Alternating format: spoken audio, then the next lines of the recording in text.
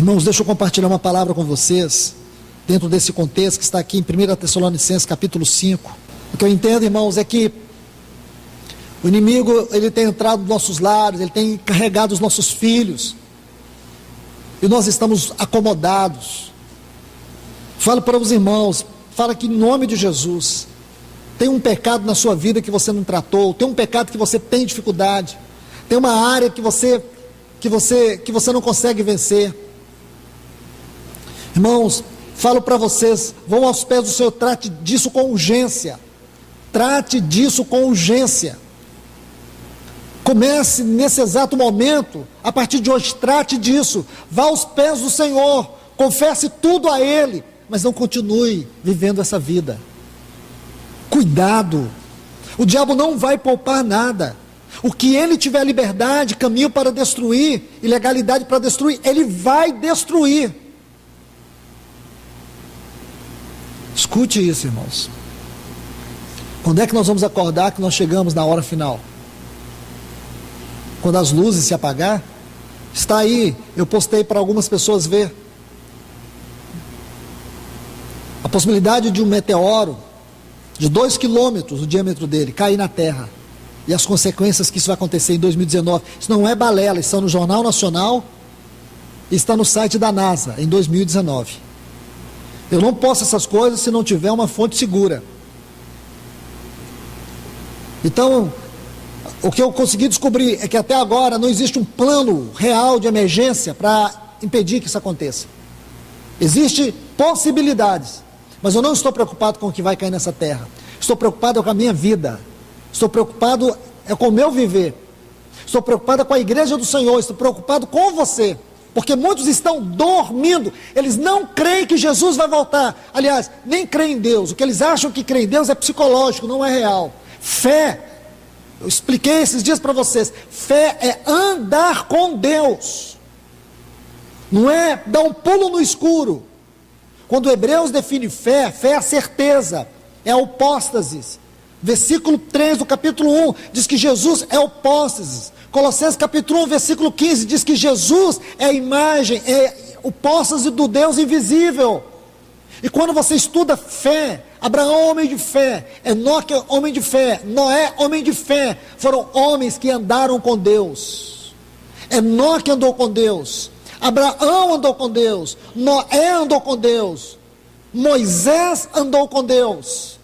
Deus prometeu para Moisés dar a terra de Canaã sem Deus, sem que o seu anjo fosse à frente.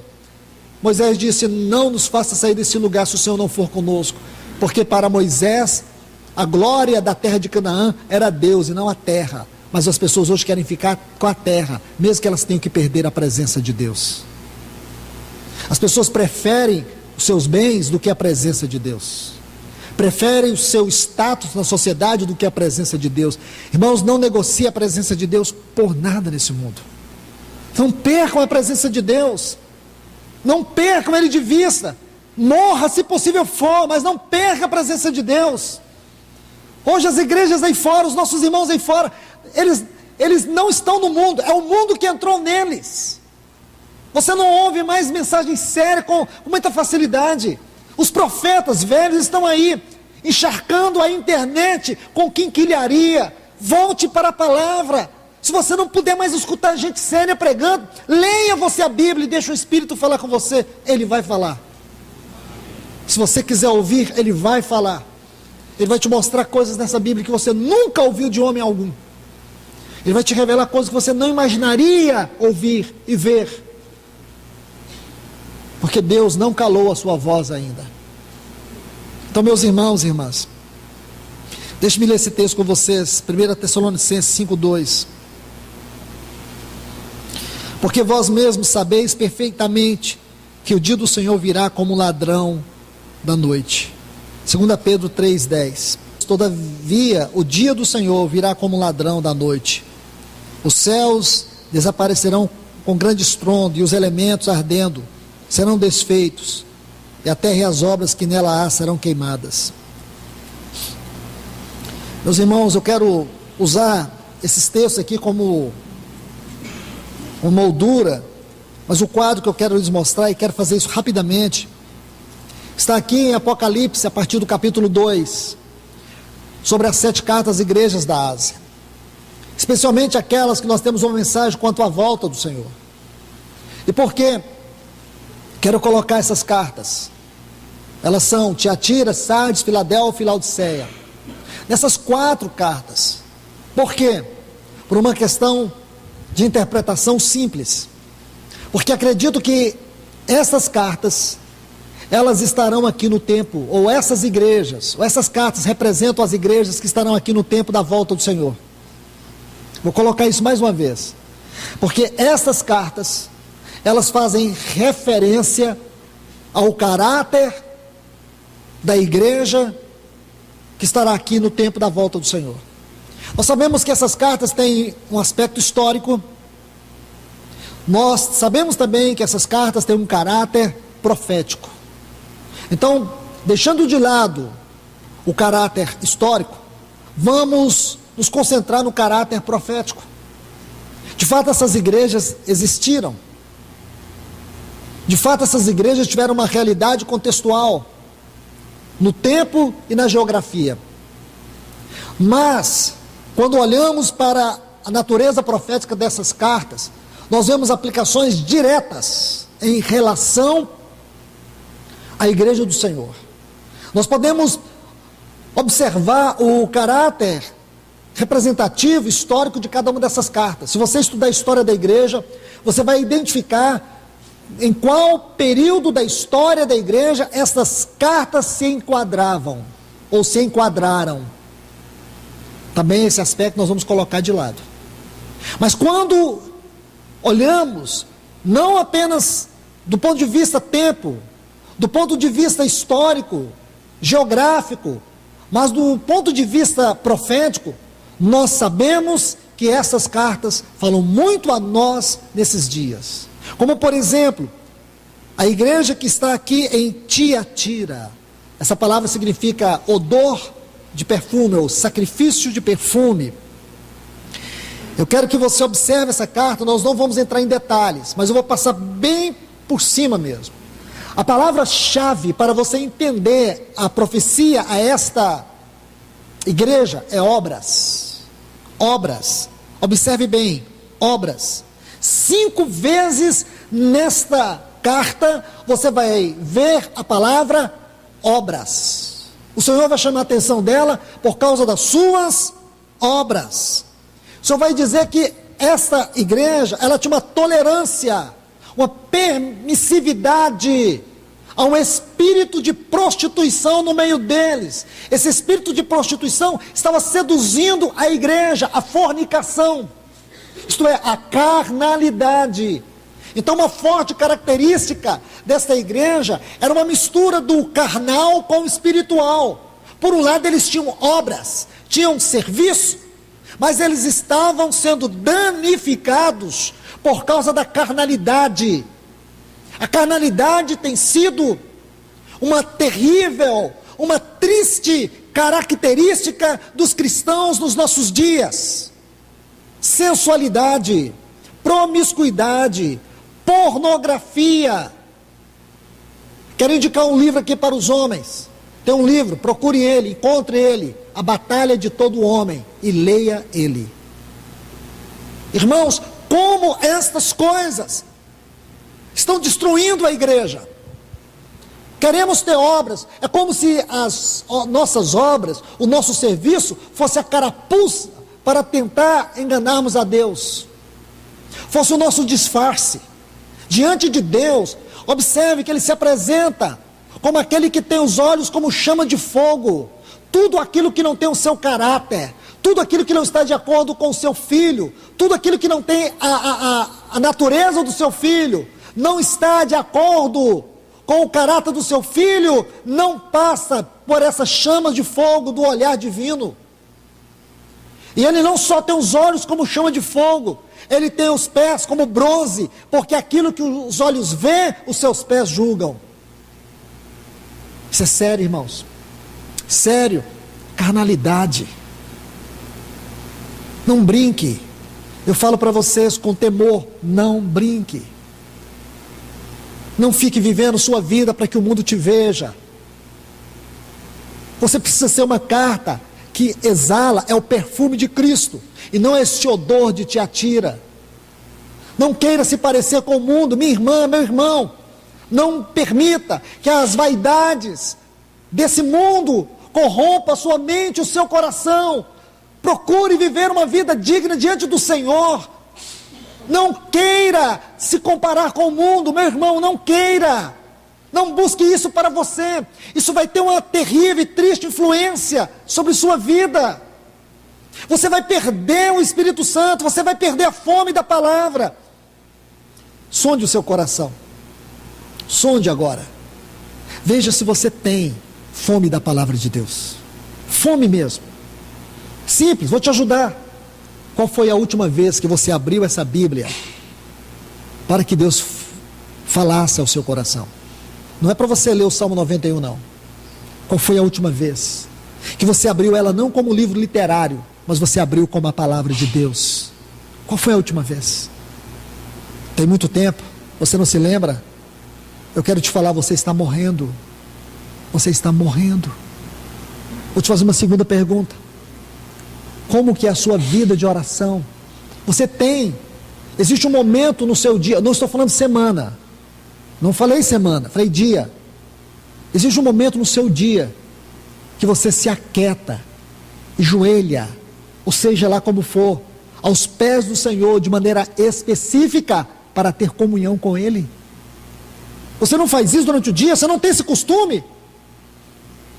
O que está faltando para escrever a sua lápide? Você já morreu? Você não ora? Oração não é uma coisa natural na sua vida. Você só ora para comer e ora para dormir. É isso que é oração para você? Isso que é Deus para você? Você reduziu a Deus a essa migalha de vida espiritual. Isso não é vida espiritual, irmão. Isso é um lixo religioso. Você não tem vida nenhuma de oração? Você não gosta de orar? Você não gosta de Deus? Você está morto. Essa palavra não está entrando em você. Sabe por que não vai entrar? Porque morto não ouve, morto não vê, morto não fala. É isso, por isso que essa palavra não entra. É porque você está morto, você está morta.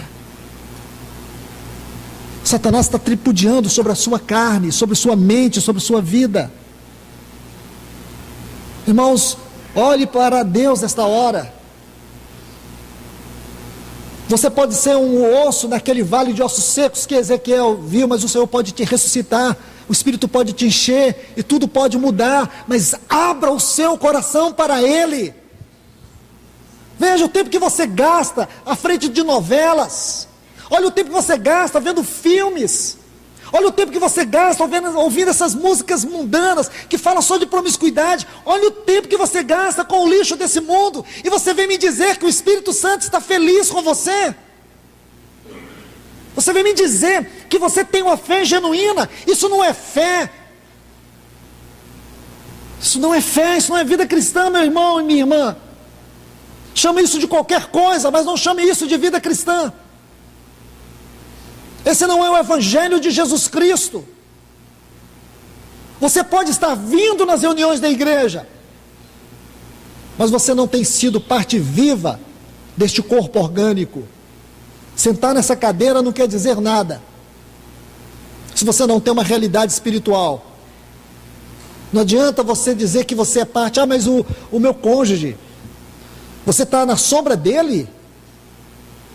Você está na sombra dele? Quão difícil é para um cônjuge ter que carregar o outro, para os pais ter que carregar os filhos, para os filhos ter que carregar os pais. Eu quero te falar, não desista do seu cônjuge, não desista dos seus filhos, não desista dos seus pais, mas esse não é o caminho certo. Meu irmão, minha irmã, pare de ser um peso espiritual para o seu cônjuge, seja bênção. Veja a fé dele, veja a fé dela, tente imitar, coopere. Não fique puxando para baixo não, porque quem vai entrar vai ser Satanás, e ele vai destruir sua vida, vai destruir seu casamento, vai destruir suas finanças, vai destruir sua saúde, vai destruir tudo. Tudo, irmãos. Ou você já viu algum princípio de educação de Satanás? Nenhum. Nenhum. Então, irmãos, essa figura de Tiatira, uma igreja carnal, mas que tinha obras. O Senhor diz para ela assim no versículo 22, eis que eu a prostro de cama em grande tribulação. Veja que essa igreja, ela vai ficar doente, inválida, e vai passar pela grande tribulação. Aos que com ela adulteram. Lembra o que a Bíblia fala de adultério em Coríntios? É aquele que se une com um corpo estranho, aquele que não se une ao Senhor, aquele que se une com uma outra pessoa, é um espírito com ela, mas aquele que une com o Senhor, é um espírito com ele. Toda forma de união que não é no Senhor, espiritualmente, é uma descrição de adultério. A gente pensa em adultério só como uma realidade carnal, mas existe um aspecto terrível e profundo do adultério, que é toda forma de união e de mistura que nós estabelecemos com o mundo também, porque isso mexe com as nossas emoções, mexe com a nossa mente, mexe com a nossa vontade.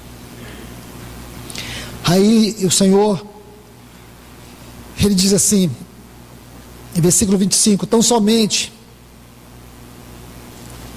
conservai o que tendes até que eu venha.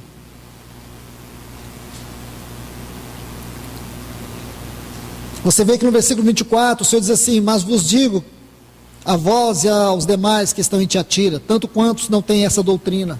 Havia um grupo pequeno, irmãos. Havia um grupo pequeno, e esse grupo pequeno, o Senhor diz assim, guarda o que vocês têm, até que eu venha. Conserve o que tens. Então não perca. Irmãos, eu queria poder gritar para dizer para vocês, não perca aquilo que o Senhor tem dado a vocês. Você ganhou algo do Senhor, meu irmão. Você pode ser fraquinho, você pode enfrentar muitas lutas como todos nós enfrentamos, mas não perde, pelo amor de Deus, não perde o que você ganhou de Cristo, porque se você perder, você vai cair prostrado em cama, você vai sofrer as aflições, angústias da grande tribulação. Não estou brincando, irmãos. Não gostaria que vocês um dia, em algum momento da vossa vida, tivessem que lembrar desta palavra, com tristeza, mas que se um dia tivermos que lembrar, seja com alegria, porque o Senhor nos ganhou através da sua palavra. Veja aqui, irmãos, capítulo 3, Sardes. Essa palavra vem do hebraico, de uma palavra hebraica, que significa os remanescentes, ou os poucos que restam. Olha que lindo, irmãos, os poucos que restam, não são os muitos. Você olha de maneira geral, são poucas. Poucas pessoas hoje estão preocupadas em preparar suas vestes. A grande maioria está preocupado com o quê? Com o que está preocupado? Com o seu status social, com a sua vida nesse mundo? Eu falo, qual que é a perspectiva que você tem nesse mundo aqui? O próprio mundo tem? Nenhuma. Nenhuma. A perspectiva política é a pior, a econômica é a pior, a moral é a pior, a energética é a pior possível. E a social, nem se fala. Então qual a expectativa que você tem? Por que você está colocando o coração nesse mundo, enterrando ele nesse mundo? Qual a esperança que esse mundo te dá? Você não sabe, mas eu preciso te dizer, isso é um espírito hedonista. É aquela pessoa que busca o prazer hoje. Ela quer o prazer hoje. Ela amanhece o dia, ela quer sentir bem, quer sentir prazer. Mas veja que nós estamos cercados de pessoas que sofrem. E essa pessoa não é capaz de sofrer com os outros, não chora por ninguém, porque só pensa em si, só pensa em si, se protege de todos os lados, para não ter que sofrer com ninguém, para não ter que manchar sua vida com a sujeira dos outros, no sentido de não se compactuar, mas muitas vezes você pegar um irmão na lama e ter que colocar ele nos seus braços, esconder ele no seu coração, proteger ele. Isso é compaixão, isso é misericórdia. Jesus era assim. Por isso que diz, bem-aventurados os misericordiosos, porque alcançarão misericórdia. Então, meus irmãos, aqui nós temos uma igreja que fala de poucas pessoas, porque são poucos, irmãos. Eu quisera que fosse muitos, mas na nossa própria realidade aqui, a gente vê poucos. Essa palavra alcança poucos. Poucos têm ouvido ela, poucos têm andado nela, poucos têm se interessado por ela. Nessas redes sociais você vai lá, você compartilha uma piada, explode. Você compartilha uma palavra séria, ninguém nem te dá um amém. Pelo menos na minha experiência, não sei no grupo de vocês. Eu estou enojado desses grupos, acho que eu vou sair de todos.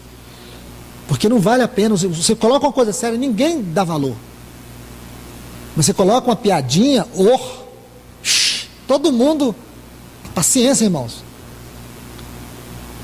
Nós precisamos, irmãos, ser esses poucos. Ele diz assim, versículo 2, ser vigilante, consolida o que resta. Esta frase aqui que descreve esta igreja. Versículo 4, mas tem umas poucas pessoas em Sardes, está vendo? Mas qual é o problema de Sardes? Qual é o problema aqui, irmãos? Uma igreja que não tinha realidade espiritual. Uma igreja que não tinha realidade espiritual. Ela só tinha aparência, mas estava morta. É isso que você vê hoje. As pessoas só têm aparência, elas não têm conteúdo. Elas só têm uma casca, mas elas não têm vida. Elas não conseguem trocar duas palavras falando de Deus. Como é triste você sentar com um irmão, com uma irmã, que ela não tem nada para falar de Deus. Não conversa nada do Senhor. Mas se você falar de moda, de academia, dessas coisas desse mundo, a nova onda, a nova moda, o novo filme que você assistiu, isso todo mundo se interessa. Mas não tem nada de Cristo, nada. Meu irmão, sonde o seu coração agora, veja, durante essa semana, no círculo que você viveu, com as pessoas que você conversou, veja o quanto de Cristo foi falado, o quanto de Cristo você transmitiu, o quanto de Cristo você comunicou. Nada, 0%. Você me chama isso de vida cristã? Isso não é vida cristã, você está indo para o inferno. Isso não é vida cristã, irmãos. Não me chama isso de vida cristã, porque não é. Você está indo para o inferno, você nunca converteu. Você passou pelo ritualismo, você não experimentou a habitação do Espírito, você não entrou naquele batismo que Paulo fala em Romanos 6,4. Fomos unidos com Ele na morte pelo batismo. Você não foi unido ao Senhor, você foi unido a uma denominação, a uma coisa religiosa, sem vida. Por isso você não tem realidade. Não tem realidade. Sua alma diante de Deus já apodreceu, exala um odor terrível que o Senhor não está suportando, Ele está a ponto de vomitar você. Você chama isso de vida cristã, chama isso de conversão. Por isso que você vê boate gospel, porque tem droga espiritual para todo mundo, para quem gosta. E dizem que isso é para conquistar a alma. Jesus nunca usou os artifícios do mundo para pregar o Evangelho. Paulo nunca usou artifícios do mundo para levar pessoas a Cristo. O Evangelho, irmãos, é luz das trevas. O Evangelho é o oposto de tudo que está nesse mundo. O Evangelho confronta. O Evangelho não precisa do brilho desse mundo. O Evangelho precisa do poder de Deus. E o que essa igreja não tem. Ela tem ouro, ela tem prata, mas ela não tem vida, ela não tem realidade espiritual. Nós achamos isso bonito. Nós discordamos, mas também não somos o outro lado, não somos a diferença. É isso que o Senhor fala. Ouça o Senhor. A igreja de Sardes tinha algumas poucas pessoas, mas ela não tinha realidade espiritual. O Senhor diz assim a esta igreja, versículo 3, lembra-te, mesmo que ele diz para Éfeso, lembra-te, não esquece, pois como recebestes, ouvistes. Eu te pergunto, o que você recebeu? O que você já tem ouvido? Será que nesses 17 anos, ou por toda a sua vida cristã, você nunca ouviu nada de Deus? Se você ouviu, eu te pergunto, o que você recebeu? O que você conseguiu extrair? O que você conseguiu guardar de tudo que você ouviu? Ou você só ouviu? Aqui tem uma palavra-chave, guarda-o.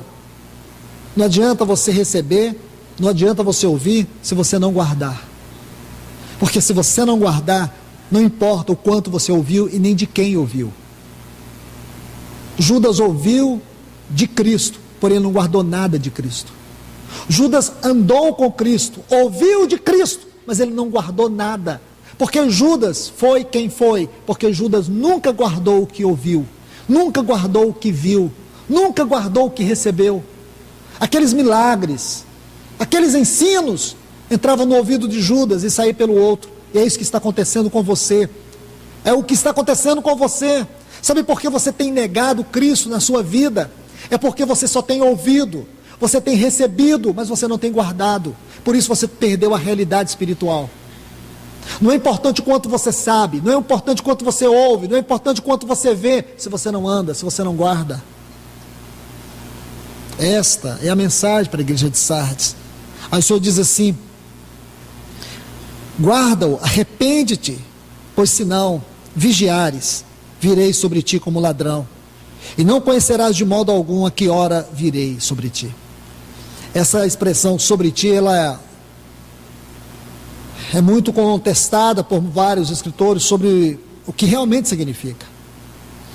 O que ela significa, irmãos, é aquilo que está lá em Mateus capítulo 25, o Senhor veio para as 10 virgens, mas para aquelas 5 prudentes, o Senhor veio para elas como noivo, mas para aquelas nécias, o Senhor veio para elas como juízo. Como você quer receber o Senhor?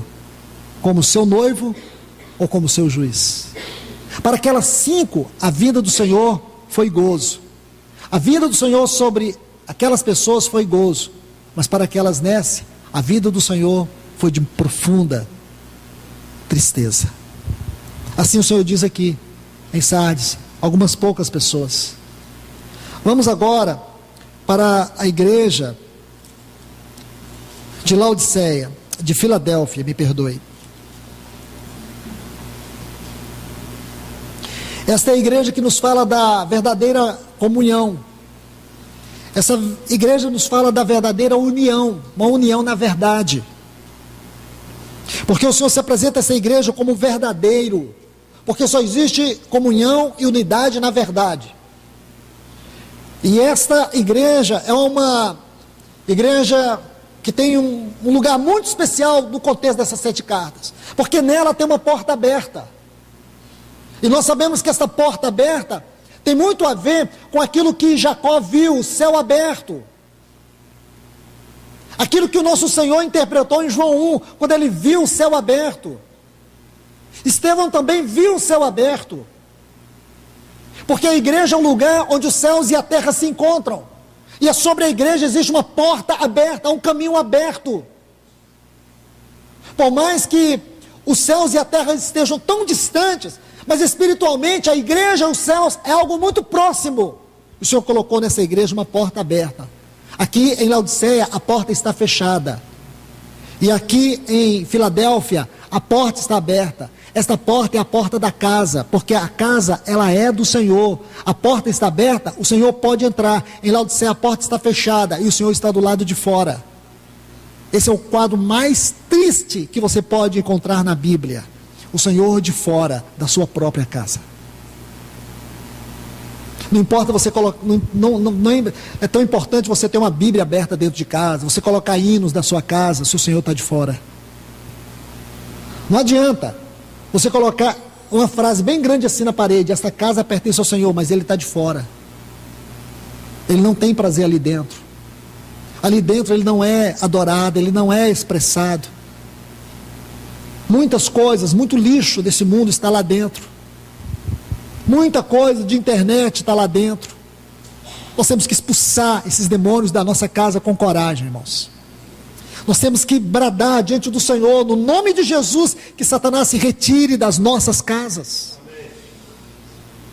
Lute, lute. Meu irmão, minha irmã, se vocês são 2 pessoas em Cristo, salvas, lute. Não permita, mostra para os seus filhos. Não adianta agressividade, tem que ter autoridade espiritual. Se não tem autoridade espiritual, então o problema não está com seus filhos, está com você. Não adianta gritar, pegar um facão e arrancar lá e falar assim: quem manda aqui sou eu. Não, quem manda é o diabo. Guarda o facão. Vai para os pés do Senhor. Fala: Senhor, eu quero a vara aquela vara que Moisés tinha, aquela que abriu o mar. É essa vara, a vara da autoridade. Seus filhos podem ter toda a dificuldade do mundo, mas eles vão respeitar a autoridade de Deus na sua vida. Então, porém, você pode olhar para ele e ver que Satanás está tripudiando com seus filhos, mas se a autoridade está nas suas mãos, pode ter certeza, a vitória é certa, no nome de Jesus. Agora, não seja complacente com os pecados dos seus filhos. Falo para vocês, pais, que têm sido complacentes, têm feito vista grossa aos pecados dos seus filhos, vocês vão responder amargamente diante do Senhor. Amargamente diante do Senhor. Então, esta é a igreja de Laodiceia, uma igreja morna, uma igreja que estava provocando nojo diante do Senhor. Ah, que condição triste, irmãos. Dói no coração você ler essa carta e pensar que a igreja se tornou isso. Olha o que essa igreja diz, irmãos. Vamos deixar um pouco aqui Filadélfia, porque isso é Laodiceia. Filadélfia é a igreja da comunhão, comunhão verdadeira. Essa igreja de Filadélfia é a igreja do amor entre os irmãos, da unidade. Essa igreja é a referência do grande tabernáculo dentro de Deus, onde o próprio Deus é o tabernáculo maior, porque tabernáculo fala de comunhão, de vida inserida na outra, de entremesclar. Isto é Filadélfia. E o Senhor tem uma promessa para ela. Ele diz assim no versículo 11: venho em breve, guarda o que tens, para que ninguém tome a tua recompensa, a tua coroa. Mas agora, e Laodiceia? Para encerrar, aqui em Laodiceia, o que você vai ver? Você vai ver isso, uma igreja que perdeu seu brilho, perdeu sua essência, uma igreja que diz assim, olha o versículo 17 do capítulo 3, de nenhuma coisa tenho falta. Onde uma igreja pode dizer isso, irmãos? Mas Laodiceia diz, não tenho falta de nada, ela não sente falta nem do Senhor. Uma igreja que não tem falta nem do Senhor, ela é o quê? Ela é o que muitos de nós estamos vivendo. Nós não sentimos falta do Senhor mais. Temos tudo, tudo. O que você quiser, o mundo tem. Você conquista, você trabalha, você pode, o suor te dá isso, sua capacidade te dá isso. Por que sentir necessidade do Senhor? E o diabo te ajuda. O diabo ajuda você a ter as coisas. O diabo ajuda você a ter esse emprego. O diabo te ajuda, portas vão se abrindo, esses amigos vão chegando, pessoas vão sendo inseridas na sua vida. O que você vai querer? Um Deus que você nunca viu a face dele? Como é que você vai amar ele? Aí vem incredulidade, aí vem tantas coisas, aí vem tanta circunstância. A oração é a coisa mais difícil. Você ora, a garganta seca, a mente trava, dá palpitação no coração, uma vontade de dormir, a boca não abre, palavras não vêm. Você acha isso normal? Mas quando é para assistir um filme, assistir um futebol, assistir qualquer coisa, o coração acelera. Assistir uma novela, termina aquele capítulo, naquela hora que o cara vai apertar o gatilho, termina o próximo capítulo, você fica louco, já pensando, um dia pensando no próximo capítulo. Como que uma pessoa dessa pode dizer, eu tenho o Espírito Santo em mim? O Espírito que habita em você não é de Cristo. O Espírito que habita em você é do anticristo. Sai disso, meu irmão, enquanto há tempo. Sai disso enquanto há tempo. Aí o Senhor, Ele diz para esta igreja, eis que estou à porta e bato, e chamo, se alguém ouvir minha voz, e abre a porta, eu entrarei, e cearei com ele e ele comigo. O Senhor está à porta. O Senhor está à porta, irmãos, batendo para entrar. Esse não deveria ser o lugar dele, mas você que fechou. Nós é que temos fechado a porta para o Senhor e o temos colocado de fora, porque nós temos dito a Ele, não temos necessidade de Ti. Talvez você nunca expressou isso com as suas palavras, mas você expressa isso com as suas atitudes. Suas atitudes mostram que você não precisa dEle. Suas atitudes mostram que você não quer Ele, você não quer a companhia dEle. Sabe quando você quer Ele? É quando as coisas apertam. Aí você fala, ai meu Deus. Aí você sai procurando alguém para orar por você, mas você não anda com Ele, você não caminha com Ele. Não adianta pregar sobre ele, não adianta cantar a ele. Irmãos, eu falo para vocês, essas coisas não preenchem o coração de Deus se ele não habita verdadeiramente dentro de nós. Nossa condição é pior do que a de um papagaio. Nós precisamos falar aquilo que reflete verdadeiramente o nosso coração. Como disse o irmão Tozer, os cristãos geralmente não gostam de mentir, mas eles cantam na igreja. Entendeu? Então, um bom dia para você refletir o que ele disse. É pesado o que ele disse. Ele disse, os cristãos não gostam de mentir, mas eles cantam na igreja. Quando a gente fala, Senhor, Tu és o amor verdadeiro. Mas que mentira! Que mentira! Amor verdadeiro é. Ele é o amor verdadeiro da sua vida? É. Ou tem outros amores? Será que o seu corpo não é o grande amor? Será que o seu dinheiro não é o grande amor? Será que o seu cônjuge não é o seu grande amor acima dele, acima de Deus, seus filhos? Será que você não colocou sua casa? Será que você não colocou o seu emprego? Será que você não tem colocado muitas coisas no seu coração e não sobrou nada para ele? Você quer dar para ele o quê? Aquele cantinho que não cabe mais nada? É isso que você quer dar? A gente canta. Então isso é mentira. Senhor, Tu és tudo na minha vida. Ah, que mentira. Falo para vocês, irmãos, acho que a gente deveria ser sincero e dizer assim, eu não canto essa canção porque não é verdade em mim. Não é verdade. Eu não te amo. Como Pedro um dia foi sincero para o Senhor disse, Pedro, Tu me amas? O Senhor perguntou 3 vezes, na terceira vez, Pedro disse, Senhor, Tu sabes. Sabe o que ele quer dizer? Tu sabes que eu não te amo como o Senhor me ama. Foi a primeira vez que Pedro foi sincero. Por isso que o Senhor não desistiu de Pedro. Porque o Senhor viu em Pedro ainda uma porta aberta para ele entrar. Sabe o que eu quero te dizer? Meu irmão, minha irmã, deixe uma porta aberta para o Senhor entrar. A despeito do que você tem feito, a despeito de quem você é, deixe uma porta aberta para o Senhor entrar. Não feche a porta. Porque o dia pode ser tarde demais. Que o Senhor nos abençoe, irmãos. Senhor, nós nos colocamos debaixo da Tua voz, da Tua palavra, pedindo que o Senhor tenha misericórdia de nós. Tenha misericórdia de minha vida, Senhor. Tenha misericórdia da vida dos meus irmãos e das minhas irmãs aqui.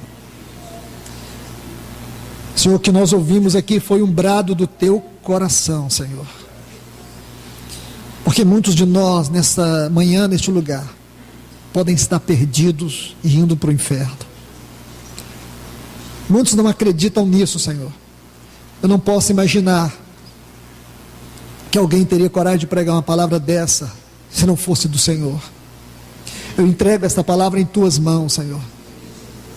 Mas eu venho te pedir em nome de Jesus, no nome do Teu Filho, o único Filho que Tu tinhas, por toda a eternidade o Senhor deu por nós, e é nesse grande nome do Teu Filho que eu te peço, fala ao coração desta igreja mais uma vez. Senhor, mesmo aqueles que estão com a porta fechada, mesmo aqueles, Senhor, que já decidiram não abrir a porta, eu só quero te pedir uma coisa, bate nessa porta, nessa manhã, Senhor. Por mais que a incredulidade já dilacerou toda a sua vida, já tomou conta de toda a mente, eu te peço, bate mais uma vez, por amor ao Teu nome, por amor a Ti mesmo, bate nesse coração, Senhor, bate nele, Senhor, fala a esse coração duro, impenetrável, esse coração de pedra, encoraçado, fala, toca nesse coração mais uma vez, tenha misericórdia, Senhor. Senhor, por amor ao Teu nome, Senhor, por amor à Tua glória, eu venho te pedir nesta manhã, fala, bate mais uma vez nesse coração, Senhor. Persiste, Senhor. Nós te pedimos, ó Deus, em nome de Jesus, Senhor.